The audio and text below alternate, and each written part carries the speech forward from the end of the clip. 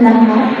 Mula sa pinagpapasalamat sa ating Panginoong Diyos dahil ibinigay na ang magandang pagkakataong ito upang matipong tayo lahat sa dahil ito at masaksihan ng pagtatapos natin ng mag-aaral ng Lipan Academy. Panahon ng pandemic noong nagsimula akong mag-aaral ng grade 7 sa Lipan Academy. Naaalala ko na online class na po kami sa panahon na yun. Bukod sa limitadong oras, ay iilan lang po ang aming bilang. Sadyang nakakapanibago dahil iba pa rin yung makakasama mo ang iyong mga klase at mga guro sa isang silid-aralan. Kahit mahirap po sa panahon na yun, ay nalampasan namin dahil sa tulong at gabay na rin ng aming mga guro. Nang matapos ang panahon ng pandemic, kung saan bumalik na sa normal ang lahat, pati ang face-to-face classes, mas nakilala ko ang aking mga kabag-aral at mga guro. Mas lumawa at tumibay ang pakikisalamuhan namin sa isa't isa. Maraming salamat po sa lahat ng aming mga guro at sa aming punong guro na si Dr. Reynaldo Di Traballo ng Lipan Academy. Sa mga taong lubos na nagtiwala sa aming kakayahan at nagsilbi kong pangalawang mga magulang, hindi ko po kayo makakalimutan. Maraming salamat din po sa mga kaibigan ko. Naging masaya ang high school life ko dahil sa inyo. Naging kasama ko kayo sa lahat at sana ay kasama ko pa rin kayo sa susunod na ito ng ating buhay. Sa totoo lang po, ay hindi ko inaasahan na makakamit ko ang pagiging valedictorian dahil hindi ko palaging magaling.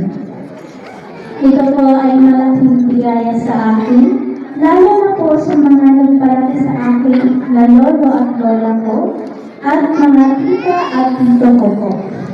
Lumaki po ako na malayo sa magulang dahil magkamit-kamit po sa mga pamilya.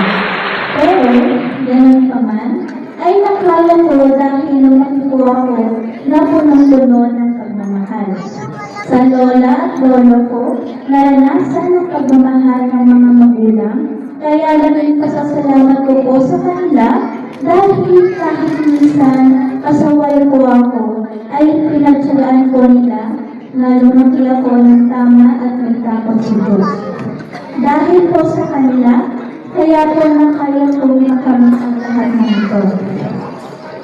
Sa lahat po ng aking mga nakamit, sila po ang tunay na naging proud sa akin. Kaya kahit wala po yung mga iba na nagsasabi ng nakapag-proud ka, naroon naman po sila na naniwala at sumuporta sa akin.